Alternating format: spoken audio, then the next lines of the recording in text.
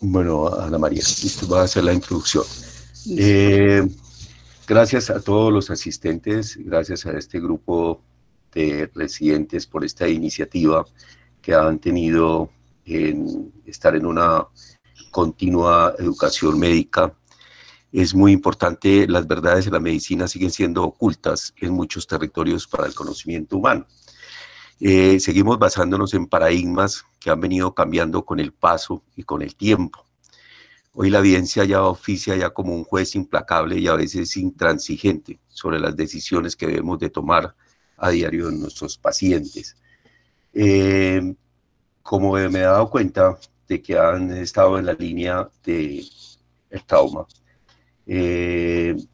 para mí siempre ha sido una de mis líneas de pasión esta parte del trauma, aunque no tengo unos conceptos muy actuales de muchas cosas. Hoy que sabía que por alguna razón no se pudo presentar la que ya estaba descrita, vamos a presentar con Ana María el manejo no operatorio del trauma abdominal penetrante. Creo que es otra situación y que se nos va a venir ahorita. Yo no sé qué va a ser primero, si va a ser el coronavirus el que va a llevar la morimortalidad o va a ser el problema social que vamos a vivir. Y creo que entre el problema social, una de las situaciones que vamos a afrontar es el mismo trauma. Así es de que gracias y vamos a iniciarla esta. Ana María, por favor. Listo, profe, muchas gracias. ¿Todos me escuchan? ¿Me escuchan? Sí, Ana, se te escucha. Sí, gracias. Bueno, como dijo el profe, pues vamos a empezar con el manejo no operatorio del trauma abdominal penetrante. Voy a empezar con unos casos clínicos. Estos son pacientes que han llegado al Hospital San José. Este es un paciente que me llegó a mí recibo yo el turno ya con este paciente. Es un paciente que llega a las 3 de la mañana con una herida por arma cortopunzante en hipocondrio derecho, una vía aérea permeable, un tórax sin alteraciones. Esos son los signos vitales: 96-56, con una cardíaca 86, un índice de choque de 0,8, una frecuencia respiratoria de 28, sin sangrado activo, un Glasgow de 15, y al examen físico se le palpa un dolor a la palpación en el hipocondrio derecho y flanco derecho. Todo el lado izquierdo del paciente está sin dolor abdominal, no hay Bloomberg. Entonces, con este caso clínico, quisiera preguntarle, empezando por el doctor Triana, y después la doctora Lía, ¿cuál es la conducta que tomarían en este paciente? Siendo muy puntuales, por favor, pues para ahorrar tiempo. Y si en los siguientes casos que voy a presentar, si la respuesta que ustedes escogen es imagen abdominal, por favor decir cuál y para qué están pidiendo esa imagen.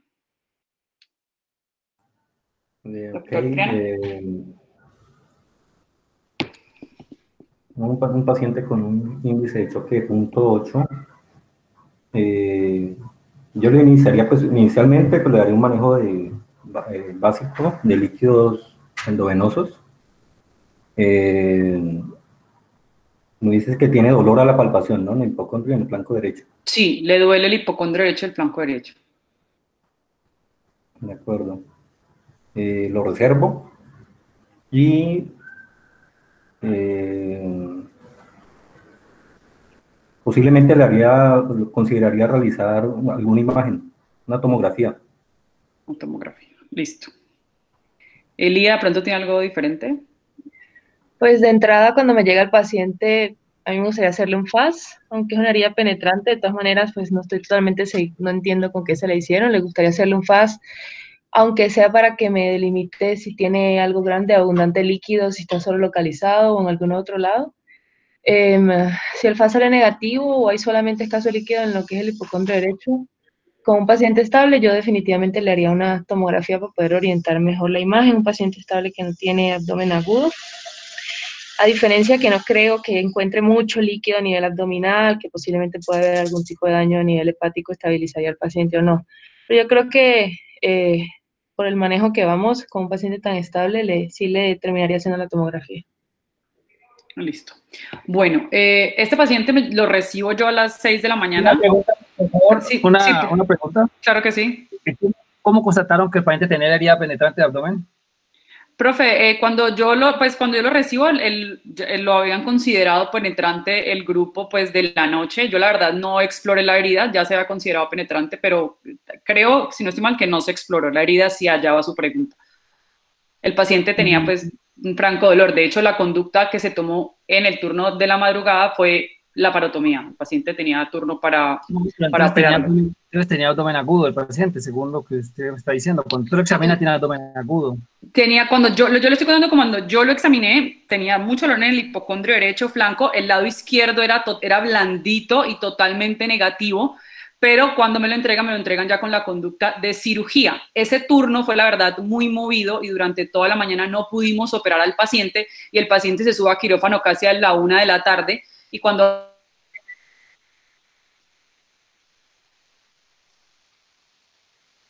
¿Aló? Se perdió la señal, Ana. Ana. No sé, Jorge, si ha cambiado pues la situación. Si ya considera que es abdomen positivo, pues va para cirugía, pero si no, ha cambiado la exploración de las heridas traumáticas penetrantes, sobre todo esta que parece que es un arma cortopunzante. Julián, yo creo que ahorita bajo todo el marco de la discusión, ¿cierto? Vamos a tener en cuenta lo que tú dices y vamos a tener en cuenta otra serie de características que se tienen de herramientas de inicio de manejo. Lo que es importante tener los casos para poder acentuar sobre 2 o 3 casos que tenemos y posteriormente pues darle como un orden al paciente desde que llega. Ana.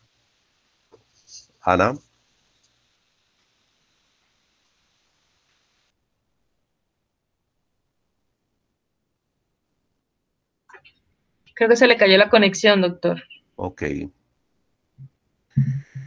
Bueno, mientras tanto, ¿qué les digo yo mientras Ana se puede conectar nuevamente? Cuando nos hemos referido nuevamente a toda la parte aquí del paciente traumatizado, creo que una de las situaciones que tenemos que iniciar siempre es con una TLS bien llevada, ¿cierto? Creo que aquí estamos tomando como si ya toda en nuestro ATLS estuviera perfecto y estamos dando como un paciente estable. Pero yo les quiero hacer hincapié, ¿cierto? De lo que es revisar un paciente desde el punto de vista de ATLS, ya como lo dijeron, pues la vía aérea, todo lo que son las vías de acceso. Pero cuando uno se refiere específicamente a esta fase de exposición en el trauma penetrante, seguramente van a ver a alguno de los pacientes. Lo primero que uno tiene que tener es una inspección general del paciente, el cual debe estar completamente desnudo desde arriba a abajo. No es infrecuente, hay veces que en una pelea se tengan por la parte anterior una serie de contusiones porque fue una pelea de golpes, y cuando uno voltea al paciente en esta revisión que se está haciendo, entonces se encuentra que el paciente también fue apuñaleado en la parte de atrás. Entonces creo que es muy importante cuando uno está revisando el paciente tener todo el orden del ABCD. Si bien es cierto, este paciente no tenía la vía aérea bien, la vía ventilatoria bien, la circulación, pues vieron que era una tensión arterial normal, ¿cierto? Y la parte, ¿ya, Ana? Sí, qué pena, es que tuve un problema con internet, pero ya. Ok, sigue, por favor. Bueno, como decía el profe Sarmiento, el paciente se consideró con el grupo de la madrugada que el paciente tenía un abdomen agudo y se le pasó turno. Toda esa mañana, la verdad fue un turno muy movido y tuvimos pacientes más urgentes que operar y el paciente se fue subiendo a cirugía prácticamente a la 1 de la tarde. El paciente estuvo siempre muy estable, nunca se inestabilizó. Y cuando lo vamos a operar, el mismo paciente es el que nos dice: doctor, a mí ya no me duele, ¿será que sí es necesario operarme? Le hacemos una revaloración del examen físico, el paciente ya prácticamente no tenía dolor abdominal, se le hace una tomografía, se decide suspender la cirugía, tomar una tomografía y el paciente era un gran hematoma muscular, líquido libre en la cavidad abdominal, pero escaso, pero el hígado estaba completamente normal. El paciente se le da vía oral, tolera vía oral y posteriormente se le da egreso al paciente. No sé si con eso el profe Sarmiento que hizo la pregunta tiene algo que agregar. No, yo creo que ya Jorge dice que pronto ahora vamos a mirar si se está omitiendo la exploración que hacíamos nosotros y en la cual el doctor Quintero nos tenía un capítulo casi exclusivo para exploraciones de heridas por trauma, y no sé si eso ha cambiado antes de hacer imágenes. Entonces pues estoy dispuesto pues a que ahora más tarde se solucione esa pregunta. Listo, profe. Bueno, el siguiente caso es un paciente que también llega al Hospital San José a las 11 de la noche, una herida por arma de fuego en el flanco izquierdo, con una vía aérea permeable, un tórax sin alteraciones. Esos son los signos vitales. El paciente llega muy estable, muy tranquilo, y un abdomen totalmente negativo a la palpación abdominal. No tiene nada de dolor, ni siquiera perilesional. Entonces el doctor Solano, una conducta con este paciente. ¿Puede volver un momentico el caso? Es que no alcancé a cuadrar el casito. Arma de fuego en flanco izquierdo. Unas alteraciones. Ok, ya. Pues si bien es cierto que el paciente está estable hemodinámicamente, el ATL se refiere que toda herida por arma de fuego que se considere penetrante en abdomen es indicación de cirugía. Entonces, ya sea laparoscópica, idealmente pues por la laparoscopia, ten en cuenta que el paciente está estable hemodinámicamente. Entonces llevarías a una laparoscopia exploradora. Sí. Listo. ¿El doctor Fernández o Agudelo tienen algo diferente? Ana, una intervención aquí para Sí, señor. el doctor Solano. Doctor Solano, usted hizo el ATLS. Viendo ese paciente ahí en la gráfica, ¿usted qué le parece que tiene ahí que nos está estorbando en ese paciente para revisarlo? Pues que está completamente vestido, profe. Tiene el pantalón y que nadie sabe ahí para abajo que tenga. Okay, correcto. Y entonces, anticipémoslo de una vez aquí, ¿qué le complementaría a usted desde el punto de vista de ATLS, ya pasando a la ABC, ¿cierto? ¿Qué pasaría con la parte donde va a examinar ese paciente? Pues, profe, teniendo en cuenta que es una herida en abdomen, ya hacía falta examinar pues la parte, digamos que ahí está nada más examinado hasta el ombligo, según lo que veo pues la foto. Es correcto. Y ahí para abajo no hay hallazgos pues como evidentes en la fotografía. Entonces, pues muy probablemente también hay que revisar pues la parte urogenital, porque el paciente puede tener compromiso pues de la parte de este digamos, este componente, y puede tener manifestaciones uretrales. Hay que acabar de revisar si no tiene pues por detrás, o sea, en la parte posterior, si hay orificio de salida que probablemente pues lo ayude a uno como a orientar algo la trayectoria, si bien es cierto que es un proyectil de arma de fuego. Y pues falta pues complementar, digamos, pues todo además, ¿no? Pues que además nada más está el Glasgow, falta pues como examinar la parte de sensibilidad de las extremidades inferiores, teniendo en cuenta que uno no sabe hasta dónde llegó el proyectil, y acabar de ver pues la parte lumbar y ver la parte posterior del paciente, exponer adecuadamente el paciente. ¿Y el tacto rectal se lo haría o no? Pues se supone, profe, que, o sea, todo paciente con herida por arma de fuego en abdomen, idealmente uno tiene que hacerle un tacto rectal para ver si hay un sangrado gastrointestinal y que ya le indique tempranamente pues el paciente tiene que ser llevado a una laparotomía. Sí, claro que hay que hacerlo. Creo que es lo más importante de que se han revisado todos los puntos, ¿cierto? Donde el paciente tenía que estar completamente desnudo, haber revisado toda la parte anterior, posterior, mirar toda la parte pélvica, haber mirado el tacto rectal, ¿cierto? Porque todos esos signos, esos anexos que se llaman en la parte del ATLS, pues le van a definir muchas situaciones, le van a dar signos y síntomas que de pronto le van definiendo a uno la conducta. Siga, Ana. Listo, profe. No sé si el doctor Fernández Agudelo tiene una conducta diferente a la laparoscopia exploradora. Una tomografía abdominal con contraste endovenoso que me ayudaría para definir sí o no la trayectoria del proyectil, dado que el paciente está estable. Una pregunta. Sí, señora. Pues yo creo que antes de hacerle TAC o cualquier imagen hay que definir si salió o no salió, porque uno le ve ahí un moradito en el flanco, entonces me queda la duda si la herida es tangencial y no necesito un TAC para una herida tangencial. Entonces yo creo que debe ser más completo la descripción del examen físico. Sí, de hecho el paciente se le palpaba el proyectil atrás. Se consideró en este turno se consideró una herida tangencial y se dejó en observación porque se veía este morado aquí y se palpaba el proyectil atrás en lumbar. Entonces se dejó en observación el paciente, se le dio vía oral y posteriormente egresó. El paciente nunca se inestabilizó, nunca hizo dolor abdominal, abdomen agudo, nada. Se dejó 24 horas bajo observación. Pero faltaba el dato que acaba de adoptar la doctora. Sí, profe, no lo quise dar, ya les voy a explicar el por qué, porque bueno. es que ya les voy a explicar el por qué, pero me hubiera gustado que así el paciente no tuviera o sea, yo lo quise tomar el caso clínico como si el paciente no hubiera tenido el proyectil, digamos, palpable en la parte de atrás, sino que simplemente llega así, sin dolor abdominal. Si de pronto alguien tomaría alguna conducta no operatoria o todos definitivamente operaríamos a este paciente. O sea, el caso real que le estoy contando, que es el paciente que me llegó a mí, llegó así y por eso no se tomó ninguna otra conducta, pero me gustaría cuál hubiera sido la conducta de mis compañeros y de mis profesores en caso tal de que siempre hubiera llegado con el orificio ya. Ya lo dijimos que lo primero era examinarlo muy bien, ¿no? Examinarlo muy Sí. bien. Y en lo de examinarlo, cuando yo lo había examinado, entonces hubiera dicho que en el examen físico tenía su estigma, ¿cierto? De entrada, y además de eso tenía un recorrido hacia la parte y se tenía o no se tenía, o no se encontraba el proyectil tal como lo hizo la anotación la doctora Caicedo. Pero, Sí, señor. profe, yo pienso que si el paciente no tiene dolor abdominal, pero tiene ese tipo de herida por arma de fuego, ¿cierto? Y está estable y sin dolor abdominal, sí le hubiera hecho la imagen radiológica, porque realmente pues las trayectorias de las balas son irregulares y no podemos predecir que no haya entrado a cavidad abdominal. ¿Y cuál es la sensibilidad y especificidad de un TAC para determinar lesiones de intestino? ¿Y cuántas horas después tenemos nosotros un diagnóstico de hacer el TAC? Luego, en ese orden de ideas... Un concepto, perdonen, queridos doctores.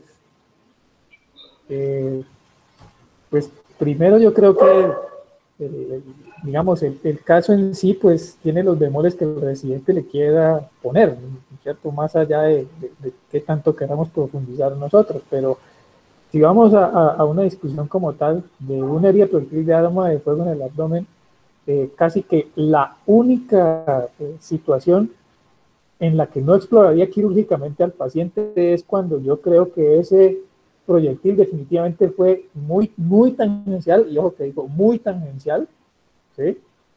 Y en ese mismo aspecto, si el paciente llega con una herida tangencial, que justamente lo que no cuadra con lo que decía la doctora es que entre más tangencial es, pues el paciente va a tener es un gran dolor y ardor en la pared, en el trayecto, cosa que es lo que más lo motiva a uno a creer que fue tangencial y que comprometió principalmente la pared.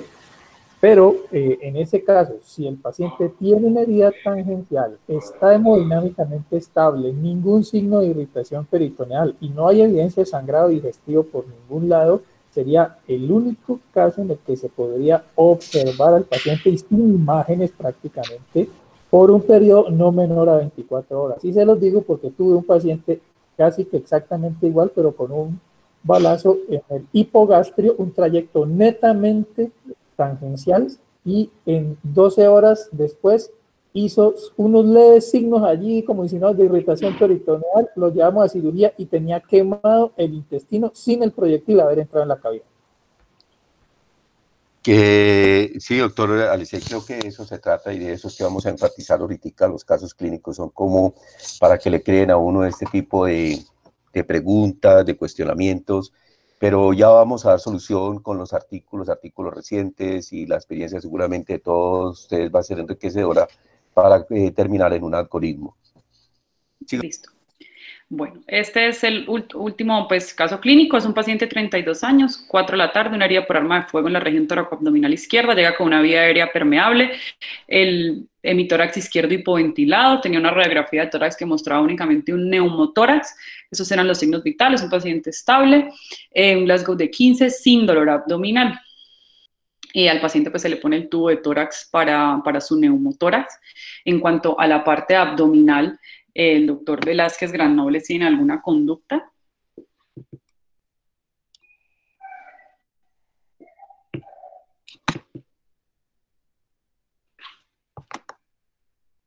Giovanni no se encuentra. Ah, Sería Granobles.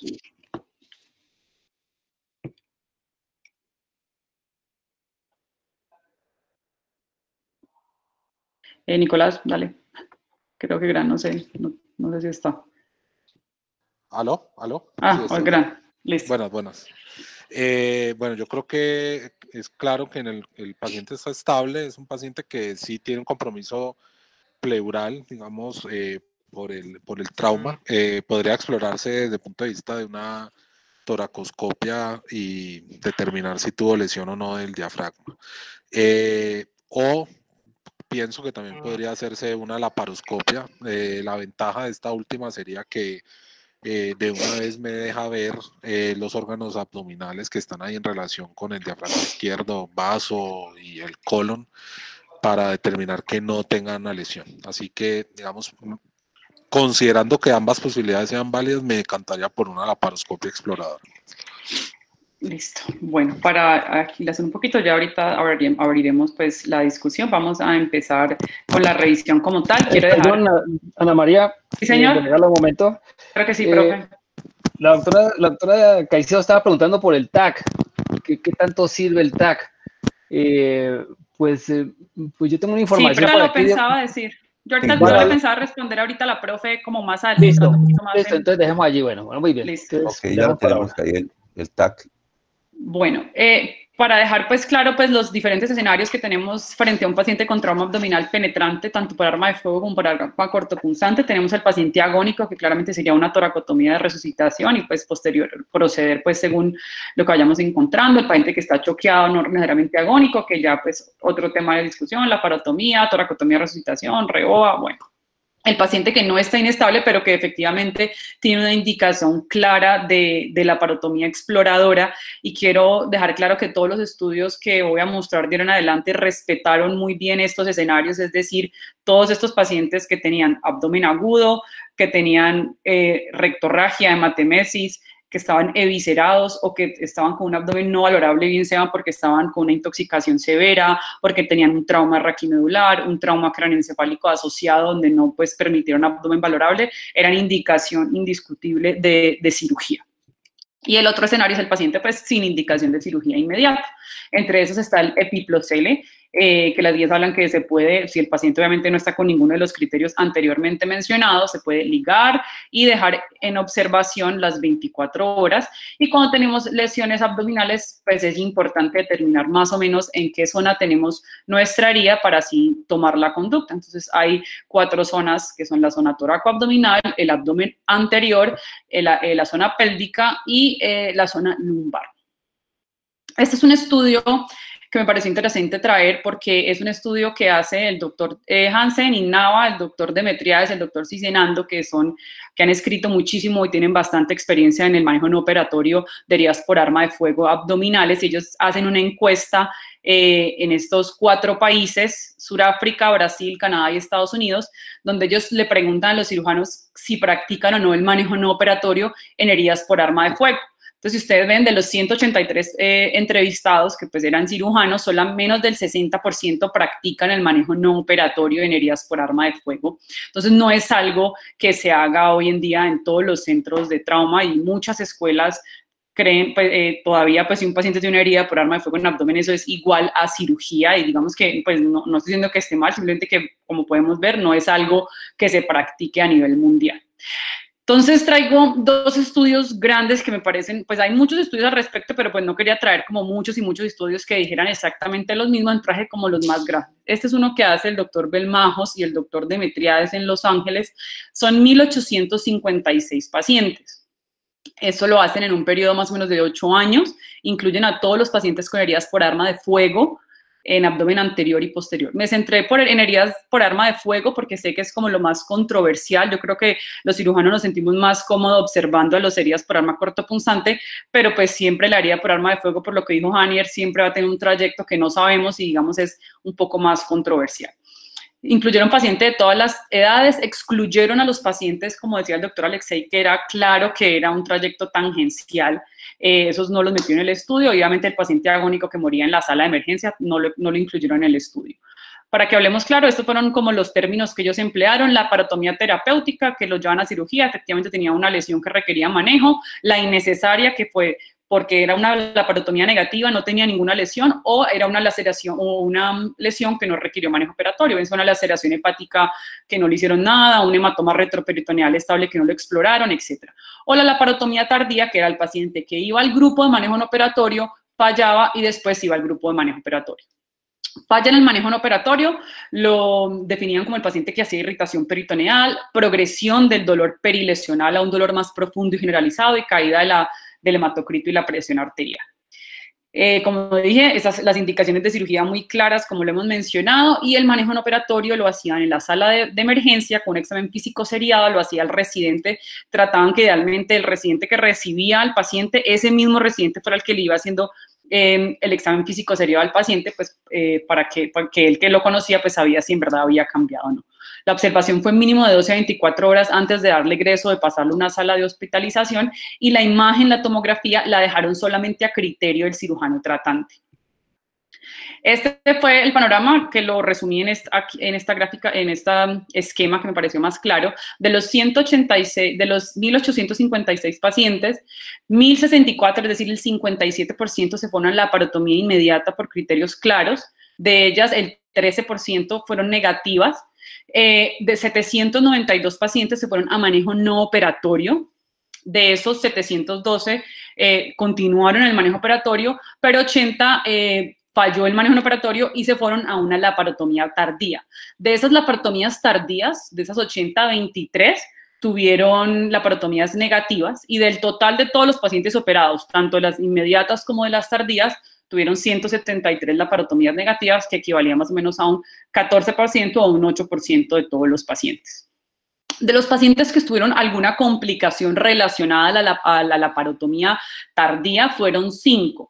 2 pacientes que tuvieron lesión del colon, que terminaron complicándose con abscesos del psoas, un paciente que tuvo lesión del intestino delgado con absceso intraabdominal, y un paciente pues que tuvo una lesión en la ilíaca, que tuvo un hilo posoperatorio, y otro paciente con lesión en el hígado y el riñón que terminó en SRA sepsis.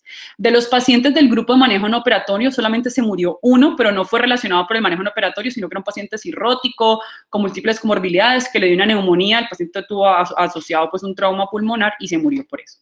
De las laparotomías innecesarias, del 22 al 41% presentaron complicaciones, mayor estancia hospitalaria y mayores costos. Entonces, con este estudio ellos concluyen que el manejo selectivo en los pacientes con heridas por arma de fuego abdominales es seguro en un centro de trauma que tenga un equipo de trauma, reduce significativamente el número de laparotomías innecesarias y la estancia hospitalaria y costos hospitalarios.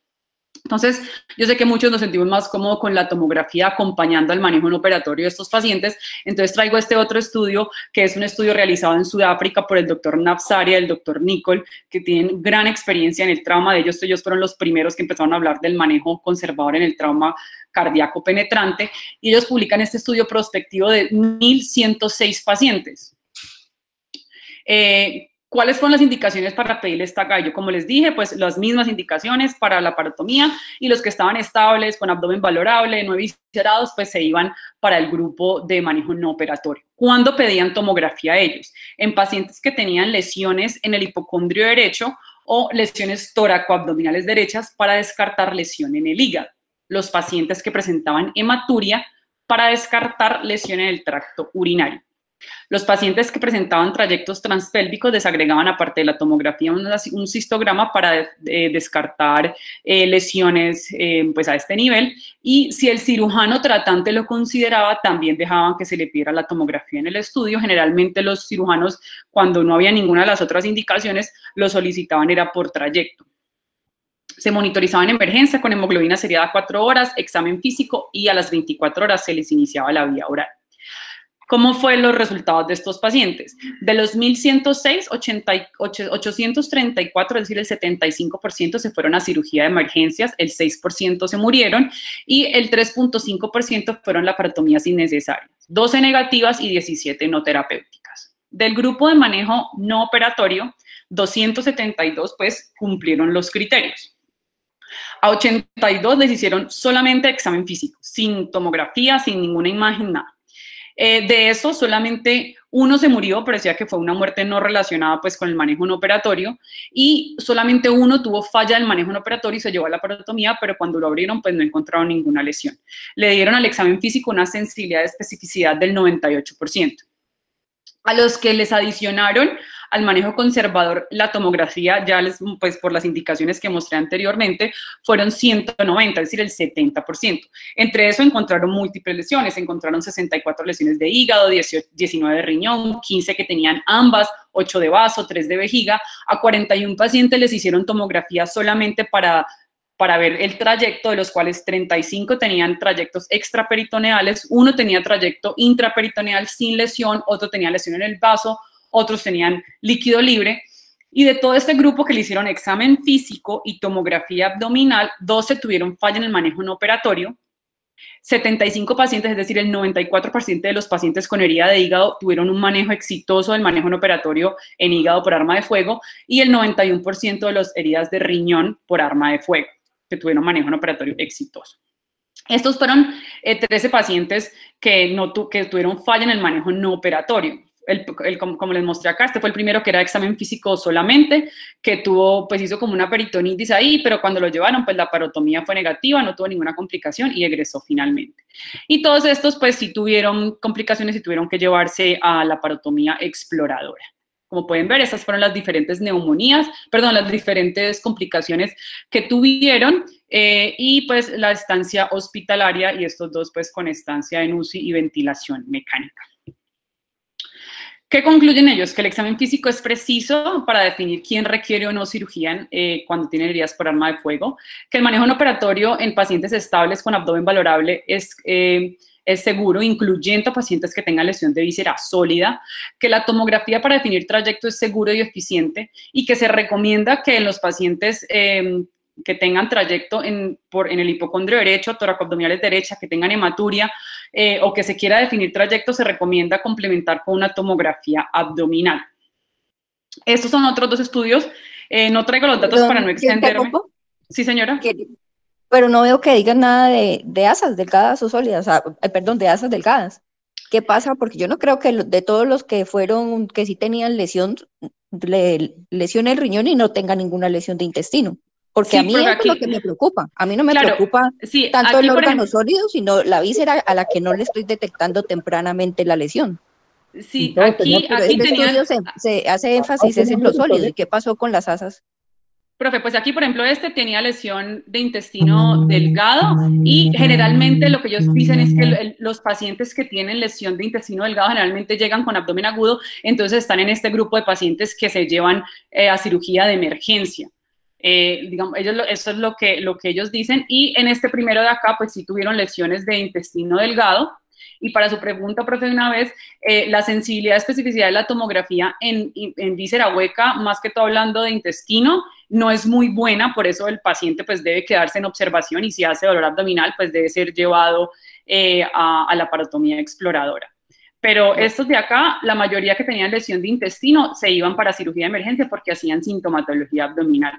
Pero es que allí tienen más de 100 pacientes que finalmente tenía algún tipo de herida, y me parece rarísimo que solamente uno tenga herida de intestino.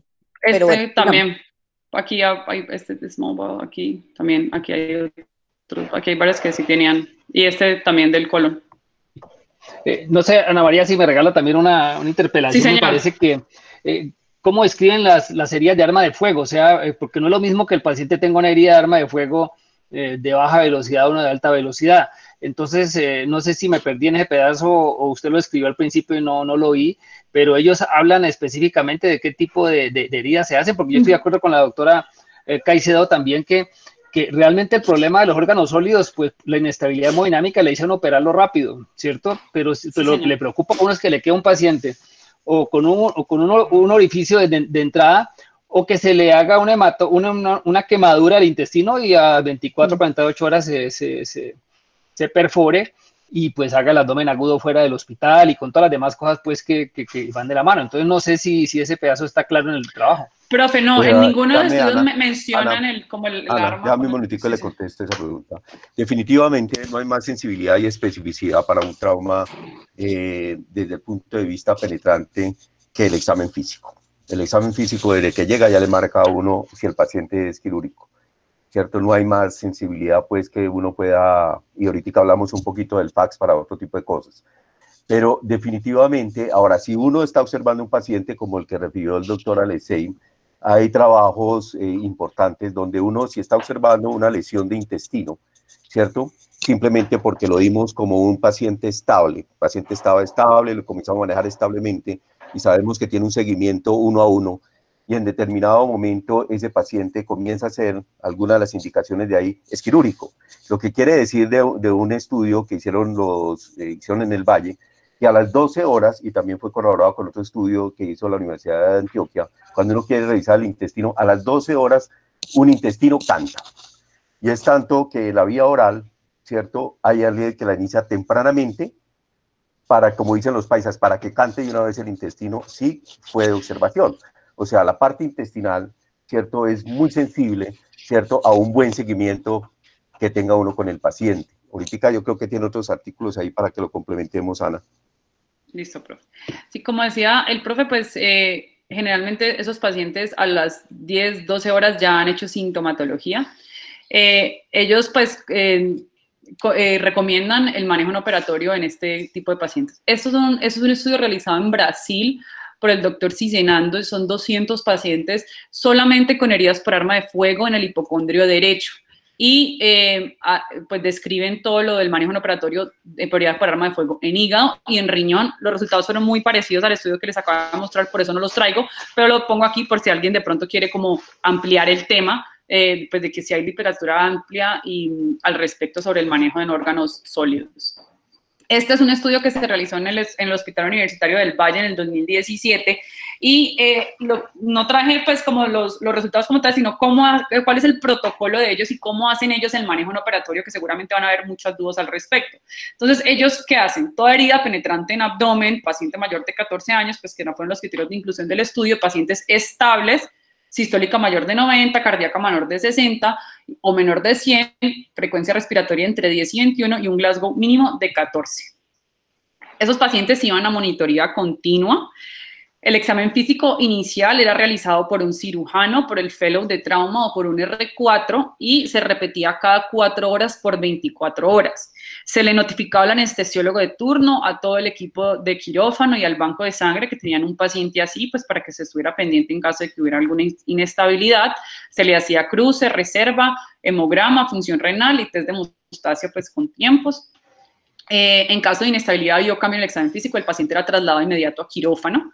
La vía oral se iniciaba a las 12 horas de la observación si no había ninguna anormalidad, con dieta líquida y se avanzaba según la tolerancia. Se completaba a las 24 horas la observación y si no había ninguna otra lesión asociada y si no había ninguna otra alteración, el paciente se egresaba. Los epiploceles se manejaron, como lo dije anteriormente, con ligadura, reducción y entraban a protocolo de manejo no operatorio. Y la solicitud del TAC se dejaba a criterio del cirujano tratante. Eso es como ellos hacen el protocolo allá. Esto como para adicionarlo, yo sé que este es un tema aparte, pero como para que lo tengamos en cuenta, hay cabida para la laparoscopía en trauma, obviamente tiene sus indicaciones muy puntuales. Este es un estudio donde un artículo, donde describen toda la técnica, que yo creo que, digamos, ese podría ser otro tema de revisión, cómo poner los trócares, cómo hacer la revisión de la cara anterior y posterior del hígado, cómo hacer toda la revisión de todo el intestino delgado, la revisión sistemática de la cavidad, la pelvis, todo, que sería un buen artículo para revisar. Y estas son las cuando hacer laparoscopía en trauma.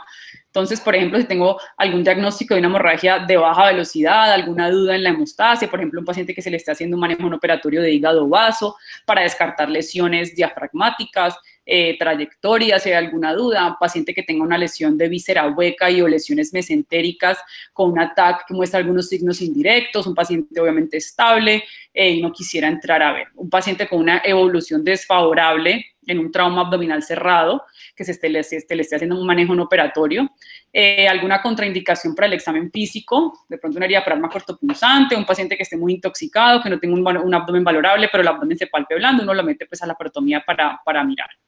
El paciente incapaz para realizar alguna tomografía por alguna razón, alguna complicación postraumática como una hernia diafragmática, algunas colecciones, y la ausencia de manejo quirúrgico derivado pues derivaciones intestinales para protección de lesiones pélvicas. Cuando definitivamente no se puede hacer una laparoscopia en trauma, el paciente que está inestable, el paciente que tenga múltiples lesiones, no sé, 5 heridas por arma de fuego en abdomen, que tenga lesión de hígado, de intestino, de la vía biliar, bueno, pues esos pacientes no es la mejor opción. Una hemorragia significativa, que usted entre y haya gran cantidad de hemoperitoneo, no siga con ese paciente, ábralo. Lesiones que pongan en peligro inmediato la vida del paciente, trauma craneoencefálicos graves, traumatismo grave con falla respiratoria, un trauma cardíaco contuso significativo, algún paciente coagulopático con alguna enfermedad pulmonar crónica, pues que no permita el neumoperitoneo, que dificulte el acceso a la cavidad abdominal, no sé, que el paciente tenga alguna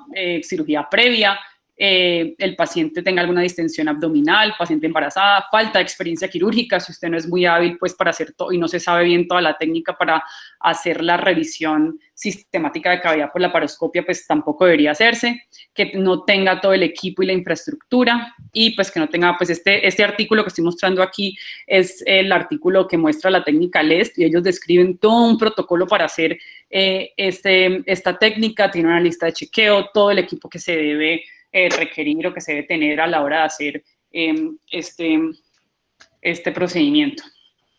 ¿Cuándo es útil? En estos escenarios, un paciente con heridas toracoabdominales para detección de heridas diafragmáticas, al excluir de pronto alguna penetración peritoneal, que no tenga la duda de si la herida es tangencial o no, para evacuar algo de peritoneo, pero que ya, por ejemplo, una herida de hígado que ya no esté sangrando activamente, hacer una evaluación abdominopélvica.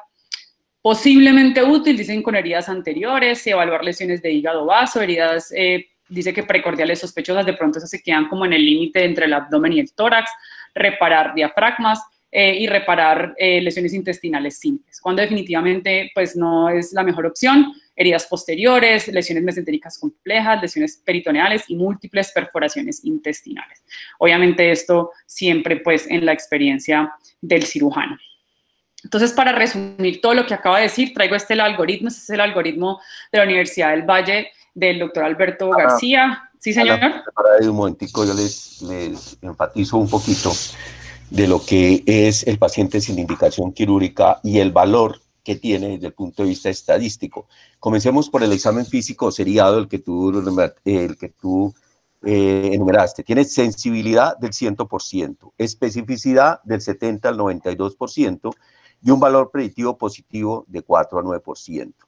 ECOFAX tiene una sensibilidad del 44 al 58%, una especificidad del 98% y un valor predictivo positivo del 30%. Este ECOFAX, cuando se trata de acá, de uno manejar este tipo de trauma, tiene la validez de uno cuando tiene el líquido, poder hacer una valoración de la cantidad de líquido, pero si no es negativo, seguramente no tiene la validez y la sensibilidad que uno quisiera. El lavado peritoneal, ¿cierto? Este lavado peritoneal que creo que no lo hacemos, ni lo hacemos desde que fue descrito como en 1980 y pico, por pronto creo que ya no lo hacemos, pero tenía una sensibilidad del 80 al 100%, una especificidad del 77 al 97% y un valor predictivo positivo del 3 al 28. La laparoscopia, tenemos una sensibilidad del 97%, especificidad del 91 al 98% y un valor predictivo positivo del 18%. Y el TAC abdominal, una sensibilidad del 94 al 100%, una especificidad del 94 al 98% y un valor predictivo del 26%, ¿no? Estos son los datos de los exámenes que tenemos para el paciente. Entonces, antes de hacer el algoritmo, ¿por qué no miramos la primera pregunta, Ana, que te hizo el doctor Sarmiento, y que fue, ¿qué pasa con ese primer paciente que llega y tenía una herida en el flanco derecho, ¿cierto? Cuando llega, ¿qué es lo que se debe hacer? Bueno, profe, sí, no, pues eso sí no ha cambiado. Paciente que tenga una herida penetrante el abdomen, siempre hay que pues, descartar eso, si es penetrante o no. Si es por arma de fuego, se considera penetrante, y si es por herida por arma cortopunzante, se debe explorar la herida. Se coloca anestesia local, si se requiere, se amplía un poco la herida y se ve si atraviesa la aponeurosis posterior para definirlo como un trauma abdominal penetrante. Creo que si el paciente llega con signos clínicos de pronto pues de abdomen agudo, pues creo yo que es pues obvio pues ya que el paciente sí tiene una herida penetrante, o si el paciente llega choqueado, todo lo demás no lo es. En este paciente pues seguramente sí hubiera sido de gran utilidad, por lo que el dolor era ahí localizado, pero como le digo, el grupo tratante de ese turno consideró que el paciente pues era candidato a cirugía. O sea, seguimos con la misma conducta. Sí, señor. ¿Qué pasa con el FAST en ese momento? Bueno, profe, el FAST no es criterio quirúrgico en heridas por arma cortopunzante, es decir, si yo me llega una herida por arma cortopunzante en abdomen, con el FAST no voy a decidir si lo opero o no, ¿no? Sería con la clínica del paciente, pero ¿para qué me sirve? Por ejemplo, con los pacientes que llegan con múltiples lesiones, tanto en tórax o en abdomen, un paciente que llega choqueado, si yo quiero saber si está choqueado por tórax o por el abdomen, o por ejemplo, de hecho, un caso muy particular que tuvimos nosotros, un paciente con una herida posterior, se le hizo un FAST apenas, o sea, él lo hirieron y él llega como a los 30 minutos al Hospital San José, se le hace el FAST y no tenía líquido libre, y se le hace el FAST ya horas después y ya tenía líquido libre. Entonces, eso es lo que llaman el FAST seriado, que es cuando el paciente acaba de llegar, que seguramente todavía no va a haber la cantidad suficiente de sangre para que le salga un FAST positivo. Generalmente el FAST se hace positivo más o menos hay estudios que hablan de 250 cc, otros que ya hablan más o menos de 500 cc para uno poder ver el líquido ahí libre en cavidad abdominal. Pero igual, profe, eso no es criterio de cirugía, creo que el criterio de cirugía es la clínica del paciente. Pero sí es necesario tenerlo, como tú dijiste, para agregarlo a todo lo que es las herramientas que ahorita tenemos para examinar al paciente, porque con ese no solamente el abdomen lo vas a explorar, sino que también vas a explorar la parte torácica, la parte cardíaca, ¿cierto? De eso consiste, ¿no es cierto? Entonces debe hacer parte del examen del paciente. No sé, eso, doctor Sarmiento, si le queda la respuesta clara. Sí, de acuerdo, porque el primer paciente, pues, se hubiera beneficiado de hacerle una exploración de la herida quirúrgica, de la herida traumática. O sea que en trauma de abdomen penetrante, que no sea arma de fuego, la exploración se debe seguir haciendo. Las demás heridas, como dice Ana María, pues se consideran que no se deben explorar y que se consideran penetrantes como tal. Y ya de ahí en adelante, pues seguiría la discusión de qué se hace con ese paciente en el caso que se consiga el paciente que no tenga dolor abdominal, que esté estable hemodinámicamente, o sea, que esté tranquilo el paciente, ¿no? La otra situación es que a donde tú vas, si en algún momento uno tiene duda o algo sobre algún paciente, los exámenes físicos equívocos con pacientes estables tiene buena cabida hacer uno una imagen, pues que usted considere pertinente y que en su medio uno lo tenga. Si ya no hay dudas, pasemos a la segunda que hizo el TAC, el valor del TAC que hace... Sí, profe, yo quería ahí agregar otra cosa en cuanto a la... Profe, yo quería ahí agregar otra cosa en cuanto a la tomografía para lesión de víscera sólida, para recordar que la especificidad de la tomografía para intestino es muy buena, es decir, si uno ve el neumoperitoneo, pues la lesión ahí, pues efectivamente el paciente tiene lesión de víscera hueca, pero la sensibilidad es muy mala. La sensibilidad de la tomografía para lesión de intestino es del 11%, es decir, si no hay un TAC normal, uno no puede estar tranquilo y por eso el paciente debe quedarse en observación. Por lo que usted dice, seguramente a las 2 horas, si el paciente tiene lesión intestinal, el paciente va a hacer dolor abdominal. O si se le inicia la vía oral y no tolera la vía oral, el paciente hay que sospechar que tenga alguna lesión intestinal. Ana, pasamos al segundo caso, al cual que es por una herida por arma de fuego, ¿cierto? El papel del TAC o no el papel del TAC, y de qué quieren preguntar los invitados.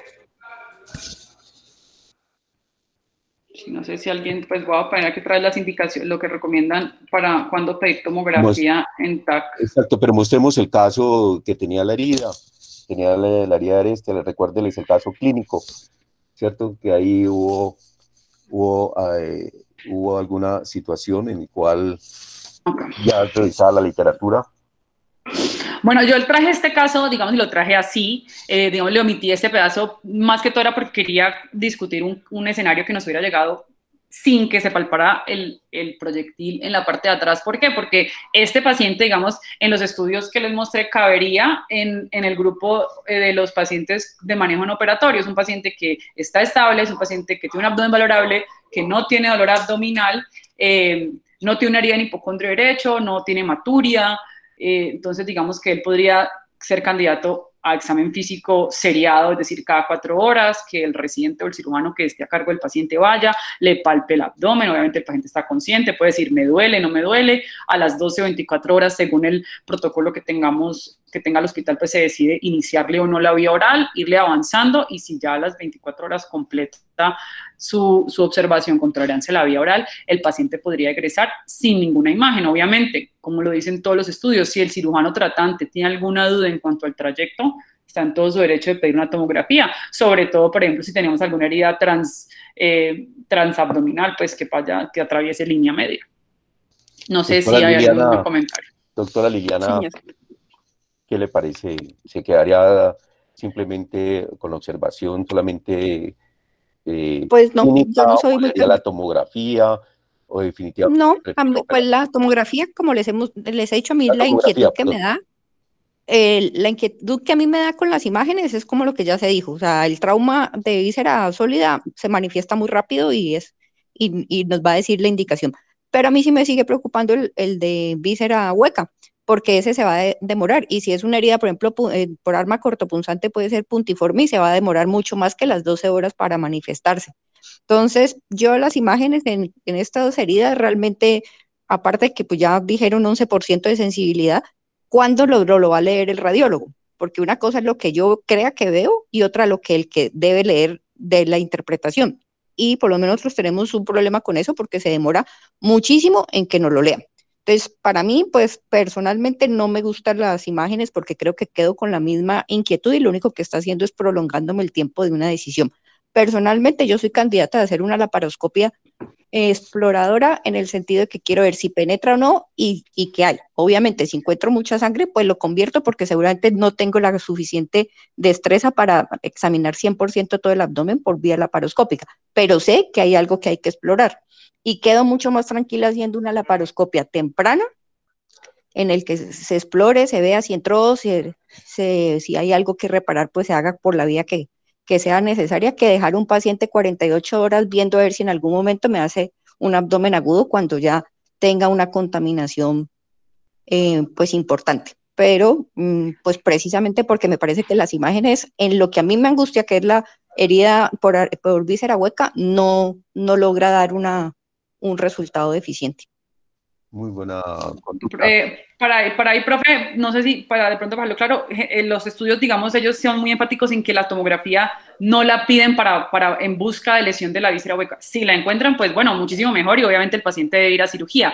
Pero digamos, siempre que ellos dicen la tomografía es para mirar víscera sólida, por lo que les digo, la sensibilidad de la tomografía en intestino es muy bajita y pues para poder saber si tiene lesión de intestino, por eso se deja el paciente en observación. Sí, pero es que la herida de intestino tampoco, o sea, al menos que sea un hueco grandote, también se va a demorar. Y si yo tengo una herida por un arma cortopunzante y puede ser una herida puntiforme del intestino, ¿cuántas horas se va a demorar en hacer manifestación? Como les digo, a mí la parte del sólido no me preocupa en el sentido que sé que va a manifestarse más temprano y que la imagen en ese sentido sí, hasta uno lo puede ver si hay herida o no. Lo que yo personalmente creo que es un punto que hay que considerar es precisamente la de víscera hueca. Y más cuando es herida cortopunzante, más que en la de arma de fuego, porque arma de fuego pues probablemente va a manifestárselo mucho más rápido, pero en la puntiforme, esa es la que ahí es donde uno no puede asegurar que a las 12 horas o a las 24, si no hizo ningún síntoma, se vaya, que ya no tiene nada y que el paciente se puede ir con tranquilidad. Y como yo no quedo tranquila de que un paciente se vaya sin estar totalmente seguro, porque además hay pacientes que tienen un umbral muy diferente o que se puede demorar en manifestarse. Entonces, por eso digo, yo quedo más tranquila, por lo menos haciendo una laparoscopia, y si necesito convertirla, pues la convierto. Pero es ese margen de error de usted a las 24 horas mandar a un paciente que supuestamente no hizo síntomas y que pueda tener una lesión puntiforme, porque también nos ha pasado, que es el que llega 12 o 24 horas después con una catástrofe abdominal. Una de las situaciones que le preocupa a uno en cualquier cirugía, llámese cualquier tipo de cirugía, es que el tiempo que da uno en observación se traduce en una letalidad de ese paciente. Y eso hicieron cuando observaron los pacientes y vieron que a las 12 horas el paciente tenía una lesión y el paciente iba a ser llevado a cirugía. Y los hallazgos que hicieron realmente no tuvieron una repercusión sobre la morbilidad ni la letalidad de los pacientes. Pero eso es una conducta la que uno, y por eso quiero oír las conductas. Yo quiero oír al doctor Estupiñán, ¿cierto? Como maestro de nosotros, ¿cierto? Que nació sin ningún tipo de examen más que el examen físico. ¿cierto? ¿Qué haría él, doctor Estupiñán?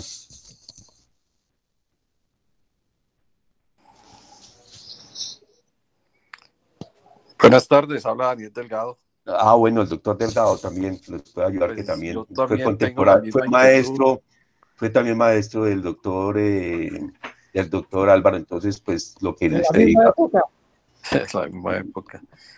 cuénteme. No, yo también tengo la misma inquietud que tiene Liliana.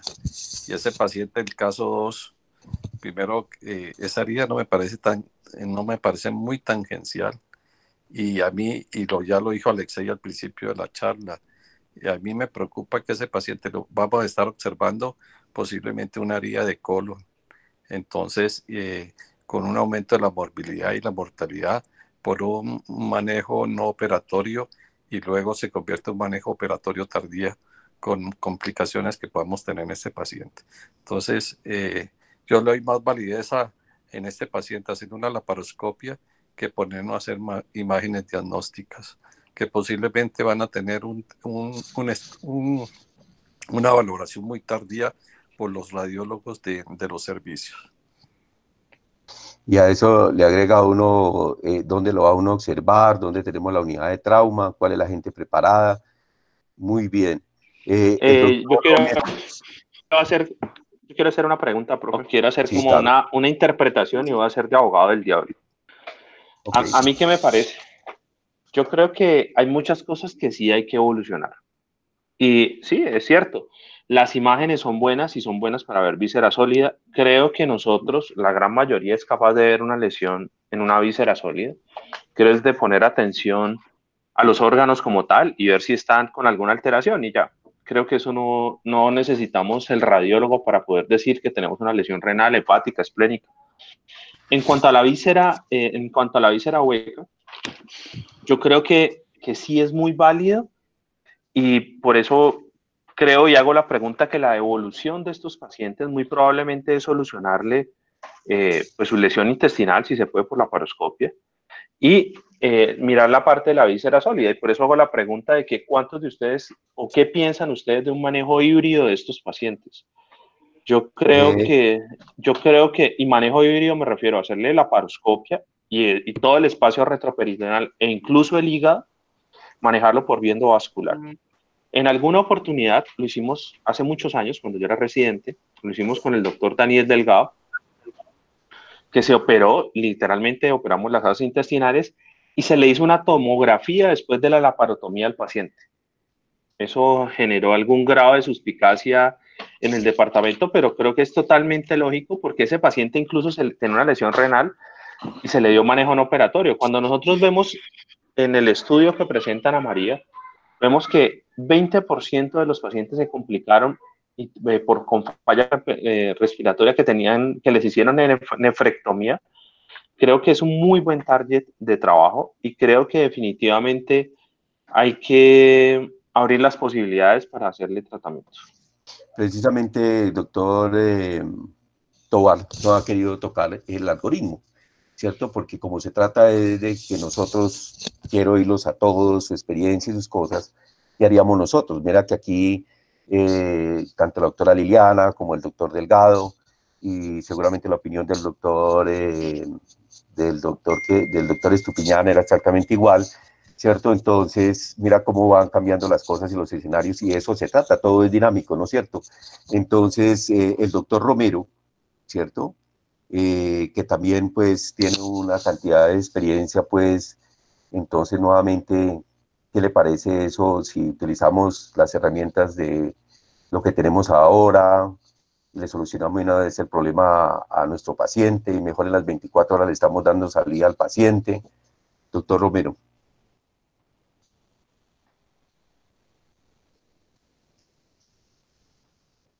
El doctor Romero no ha estado. Entonces el doctor Federico Andrés. Y el doctor Estupiñán no ha podido con la tecnología. El doctor Federico Andrés, ¿qué conducta haría?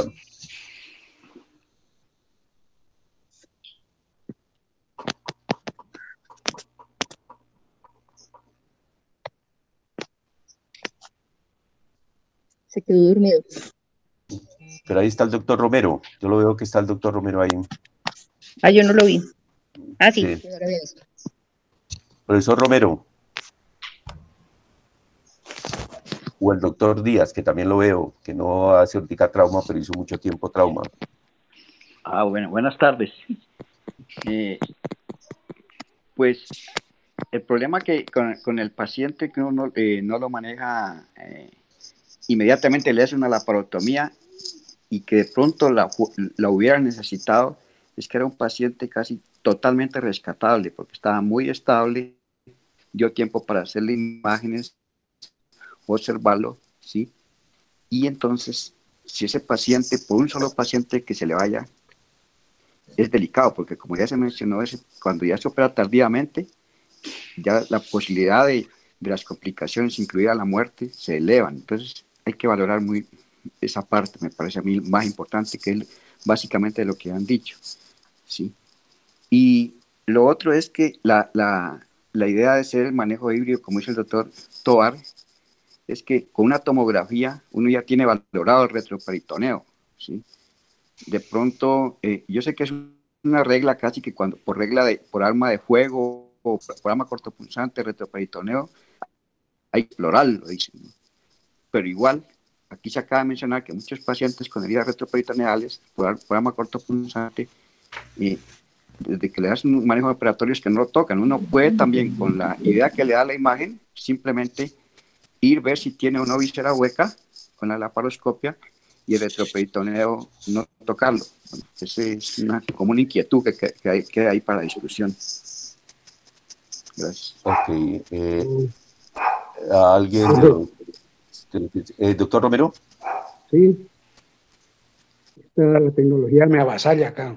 Pero bueno, un poco la idea es que yo estoy muy de acuerdo con el comentario en forma global que hizo Liliana. Me parece que el valor de las imágenes en nuestro medio, y hago hincapié en eso, en nuestro medio, es limitado. Y es limitado porque, si bien es cierto que yo veo que hay residentes y cirujanos que se defienden muy bien con las imágenes, no todos lo hacemos igual. Además de que yo creo que desde el punto de vista ético y desde el punto de vista legal, siempre va a ser muy importante para nosotros al sustentar cualquier conducta que tenemos, el aporte que nos dé el radiólogo preferiblemente, no lo que nosotros pensemos, como decía Liliana, estoy completamente de acuerdo de qué puede tener o qué no puede tener un paciente en una imagen. Me parece que el aporte que nos da la laparoscopia en este tipo de situaciones que son que clínicamente no se manifiestan de entrada es muy importante, y yo creo que hay que insistir en eso porque es que sobre todo en esas heridas tangenciales a veces se encuentra uno cuando hace una laparoscopia hallazgos que ni se los imaginaba. Entonces me parece que si bien es cierto que el manejo operatorio tiene un valor muy importante, no debemos descartar la necesidad o la posibilidad de utilizar la laparoscopia en esas situaciones en las cuales nos quede la menor duda. Yo tengo una pregunta, profe, para los profes. Si este paciente que pongo aquí, el primer paciente, hubiera llegado sin nada de dolor abdominal, ¿le hubieran practicado el manejo no operatorio o digamos, hubiera sido igual? O sea, para los profes, ¿toman, digamos, en el mismo grupo los por arma de fuego o las heridas cortopunzantes, o de pronto con las heridas cortopunzantes sí sería un poco diferente el manejo?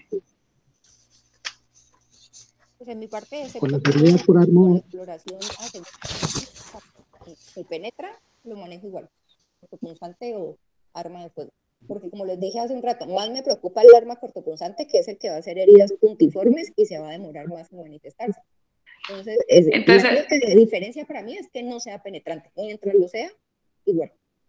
Entonces, profe, si usted lo explora y es penetrante, lo lleva a cirugía si no tiene dolor abdominal. A la laparoscopia. A la laparoscopia, listo. Sí. El doctor... Pues la parotomía, pero si es un abdomen, digamos, negativo. Sí, negativo, sin dolor, nada, cero dolor. Ajá. El doctor Vallejo. Buenas tardes a todos. Pues yo creo que desde el punto de vista de las heridas por arma de fuego, pues lo que dijo Liliana y lo que han recalcado todo el resto está muy claro. No estoy tan de acuerdo en que todas las heridas penetrantes por arma cortopunzante sean de llevar a cirugía. Yo creo que la herida por arma cortopunzante sí puede hacer daños, pero en términos generales esos daños son sobre vísceras huecas, cantan de una forma, digamos así, temprana o rápida, y de esa forma yo creo que uno puede establecer un manejo no operatorio porque desde el punto de vista de la trayectoria de la herida, pues es un poco más definida que la herida por arma de fuego. Entonces yo creo que si hay un espacio en las heridas penetrantes de abdomen en donde se puede establecer un manejo no operatorio serían precisamente estas, teniendo en cuenta muy bien el estado hemodinámico y teniendo muy en cuenta pues obviamente el examen físico seriado. Entonces yo creo que este puede ser un buen espacio para el manejo no operatorio de las heridas por arma cortopunzante. Doctor Vallejo, este concepto lo trajo su papá. Ahí, como estabas hablando, creo que estaba hablando de tu papá, ¿cierto? Y él fue el que trajo y hizo aquí el manejo conservador del epiprocel. Eso fue escrito en, no sé, sobre 65, 70, ¿cierto? Entonces, yo no sé si lo transmitió o no, pero eso también es válido. Y yo creo que la mayoría está de acuerdo con este tipo de manejo en el trauma penetrante abdominal, ¿no? Quisiera hacer un aporte, por favor. Sí, claro. Es lo siguiente, lo que pasa es que, digamos que lo que le preocupa a uno como cirujano formado en una forma muy básica, pero muy efectiva en últimas, porque terminábamos el turno y habíamos definido qué pasaba con los pacientes y qué no pasaba. Depende también del contexto, porque, por ejemplo, yo entiendo los hospitales que están haciendo los estudios tan grandes donde tienen un volumen de trauma alto y necesitan realmente no operar al paciente de forma innecesaria y terminan, pues, tienen que ser más efectivos. ¿Qué podemos de pronto rescatar para lo que puede ser en el caso de nosotros? Yo pensaría que sí tiene cabida el manejo no operatorio en el paciente que tiene una herida por arma de fuego en abdomen que llega con un examen clínico negativo. Allí quedaría criterio si le hacen una tomografía o no. Seguramente si yo estuviera que opinar, les haría a todos la tomografía, no tanto para buscar la víscera hueca inicialmente, porque la mayoría de personas opinan que la tomografía la que le va a permitir de pronto es algo lo que dijo el doctor Tovar, es si tenemos una herida de víscera sólida, qué posibilidad hay de que necesite algún manejo, ¿cierto?, adicional y irlo preparando. Y en el caso realmente uno se entiende y el trabajo de la Universidad del Valle es muy poderoso en eso y corrobora a los otros también, es que el examen clínico es muy poderoso en 24 horas para detectar cualquier herida de víscera hueca. Entonces, si conjugamos dos métodos para la hueca, ¿qué es lo que nos preocupa? La tomografía puede mirar neumoperitoneo, puede mirar líquido libre inicialmente sin tener lesión de víscera sólida, uno diría tiene el intestino posiblemente roto, y además el examen físico, creo yo que propondría, ¿cierto?, que fuera como la línea de manejo en el caso de nosotros, en el cual estamos tratando de mirar hacia dónde camina el trauma, y uno preferiría en este caso ir esperando que se equivoquen otros y uno ir sobre seguro, porque realmente en estas alturas lo que dice el doctor Díaz es válido completamente. Un paciente que lo pasa a usted de estar muy bien cuando llega al hospital y lo entrega a usted después el paciente en cuidado intensivo porque se hizo una sepsis, no se detectó, peor aún si salió del hospital. Entonces yo creo que sí sería válido, pero siempre con una imagen y yo creo que indiscutiblemente sería la tomografía. Doctor Federico, ¿está presente? Que está presente, yo quiero hacerle una pregunta desde el punto de vista ético, ¿cierto? ¿Qué tanto compromiso tiene uno, qué tanto hay cuando uno sigue una guía, ¿cierto? Llámese como se llame. ¿Cuál es la responsabilidad desde el punto de vista ético si yo estoy siguiendo una guía y tengo todos mis elementos? No sé si está el doctor Federico que nos pueda contestar eso desde el punto de vista ético.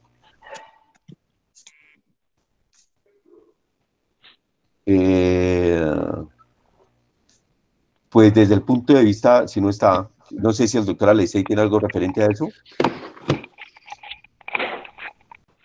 Gracias, profesor. Bueno, quiero decirles dos cosas. Primero, en cuanto a la pregunta que usted hace de la guía, pues justamente una guía es un esquema de enfoque, tanto diagnóstico como terapéutico, que orienta, ¿cierto?, al médico, o en este caso al cirujano, en el qué hacer, pero con opciones de primera línea y opciones de segunda línea, y justamente ese criterio de opción es el que deja implícito que es el médico quien opta por lo mejor que tenga a la mano o lo que mejor considera en ese momento para hacer el manejo del paciente. Luego, no hay un esquema de rigidez, y por eso cuando se presentan casos y en los grandes eventos y congresos, cuando presentan los casos es así, o sea, hay gente que dice, no, yo hago esto con amarillo, y el otro dice lo hago con rojo, y al final el resultado pues debe ser el mismo para el paciente. Entonces, eso es lo que da el hecho de que sea una guía de manejo, más no un protocolo, que es otra cosa diferente. Lo que les quiero mencionar, y perdonen que me voy a extender aquí un poquito, yo quiero cuestionarles las 9 recomendaciones que tiene la Asociación del Este de los Estados Unidos sobre el manejo no operatorio del trauma penetrante en el abdomen. Son 2 recomendaciones de nivel 1, otras 4 de nivel 2. Las 2 recomendaciones de nivel 1 son que los pacientes que están hemodinámicamente inestables o que tienen dolor abdominal difuso con signos de irritación peritoneal deben ir a una laparotomía de emergencia. Esa es la más clara que tenemos todos. Ese es nivel 1.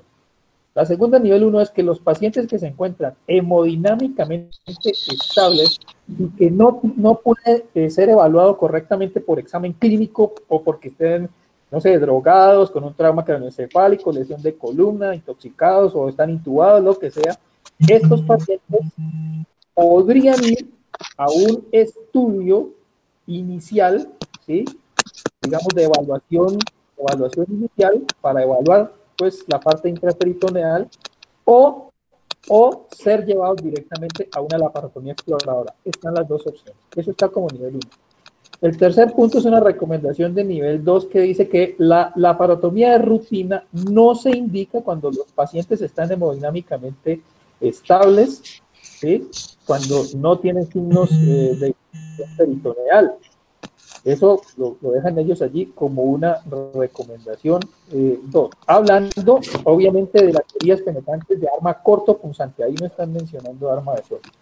El cuarto punto es, la laparotomía de rutina no se indica en los pacientes estables con heridas de proyectil de arma de fuego cuando son tangenciales y no tienen signos de irritación peritoneal. Esa es la cuarta recomendación, está como nivel 2. Quinta recomendación es, el examen físico seriado es digamos, como suficiente para detectar las lesiones significativas por trauma penetrante en abdomen si las realiza un grupo clínico de experiencia y preferiblemente si el seguimiento lo hace el mismo equipo de trabajo. Recomendación nivel 2. Siguiente recomendación, en los pacientes que se decide hacer manejo no operatorio, una tomografía abdominal se debe considerar desde el inicio del paciente para mejorar el esquema de decisión. Eso lo ponen ellos como nivel 2. La siguiente recomendación es que los pacientes que tengan un trauma penetrante aislado en el cuadrante superior derecho del abdomen se pueden manejar sin laparotomía cuando están estables y no hay ningún signo de irritación peritoneal.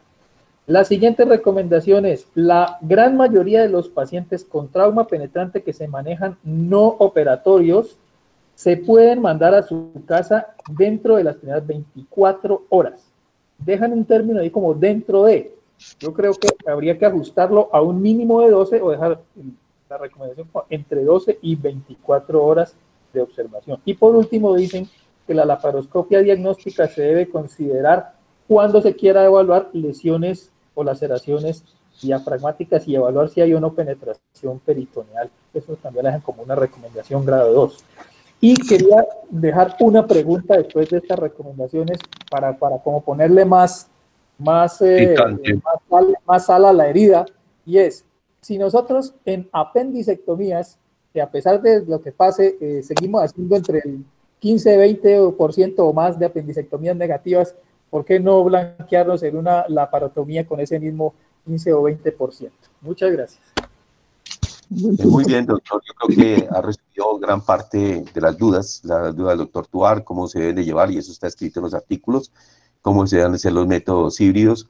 En el pasado congreso de cirugía, tanto de las lesiones hepáticas como de las lesiones renales, una amplia discusión acerca de esto y la conclusión era esa: si usted ya tiene mapeado todo y si de pronto fuera de lo mapeado tiene una forma como llegar a un tratamiento que diríamos es no invasivo, como es embolizar alguna cosa, pues de hecho, y una vez ya uno tiene las cosas resueltas. Llegó el doctor, antes de iniciar el algoritmo, el doctor Federico, que me interesa mucho que nos hable un poco de la parte ética y de la responsabilidad que tiene uno cuando uno se rige a un protocolo o a una guía. Federico. Buenas tardes. Buenas tardes, Federico Andrés. Bueno, muchas gracias por... Bueno, a ver, les digo, las guías médicas son el constructo del estado del arte.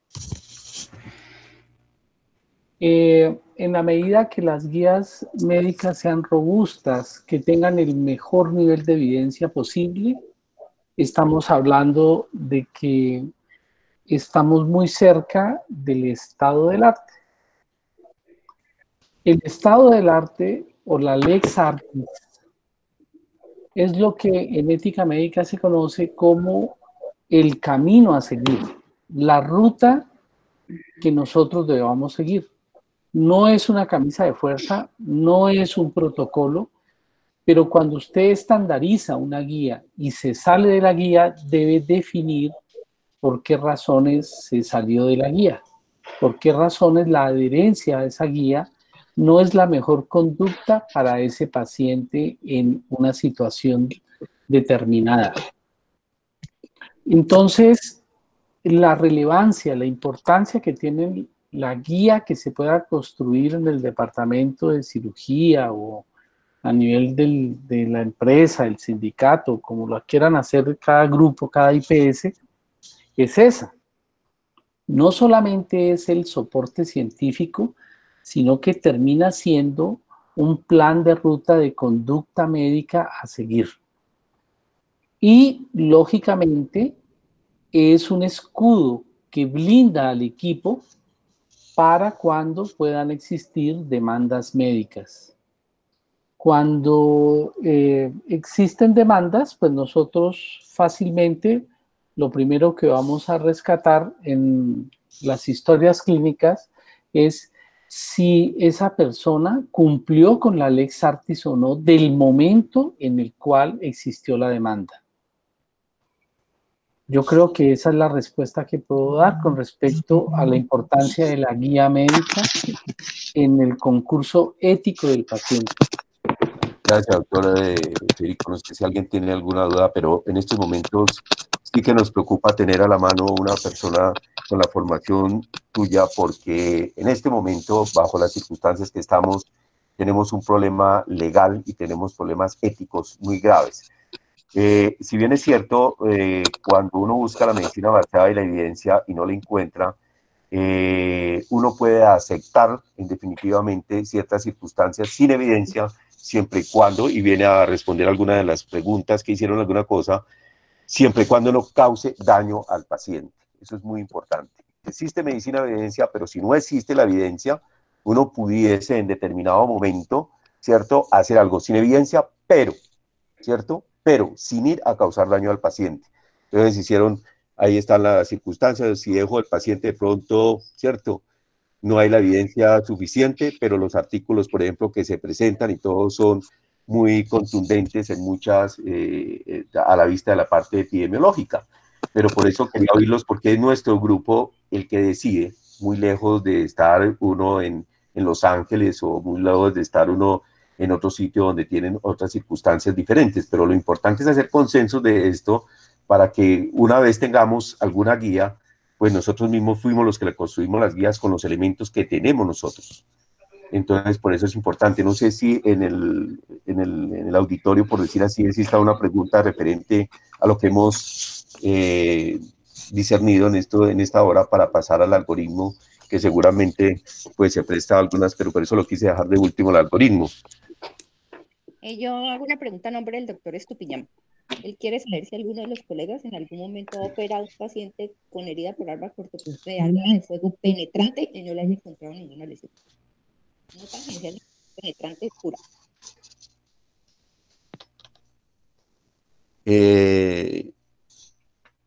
La verdad, sí, claro, lógico que le hemos encontrado. Pero lo mío o la parte anecdótica, yo no sé exactamente si tenga una validez, seguramente no. Pero lo que sí le puede contestar es Ana María ahorita basado en los artículos. Hay dos cosas, esto no es nada nuevo. Antes de la Primera Guerra Mundial no se operaba a nadie, ¿cierto? Y entonces aquí hace una diferencia, ¿cierto? Sobre lo que es heridas de guerra y sobre lo que son las heridas civiles. Eso es otra cosa. Después de la Primera Guerra Civil comenzaron a operar a todo el mundo, ¿cierto? Y en 1960, que lo refirió Ana María según un artículo también que ella nos refirió, ¿cierto? En 1990, Chapman es el primero que hace la primera pregunta. ¿Es posible manejar el tramo abdominal penetrante de forma expectante? Y entonces da las primeras indicaciones. En 1960, que seguramente el doctor Vallejo de ahí fue que sacó la conducta, ¿cierto? De manejar ciertos manejos desde el punto de vista, sin cirugía. Entonces, Ana María tiene los pacientes que se observaron desde el punto de vista con observación de los estudios, por favor. Sí, profe, por acá ya se por favor, se los informa al doctor Estupiñán.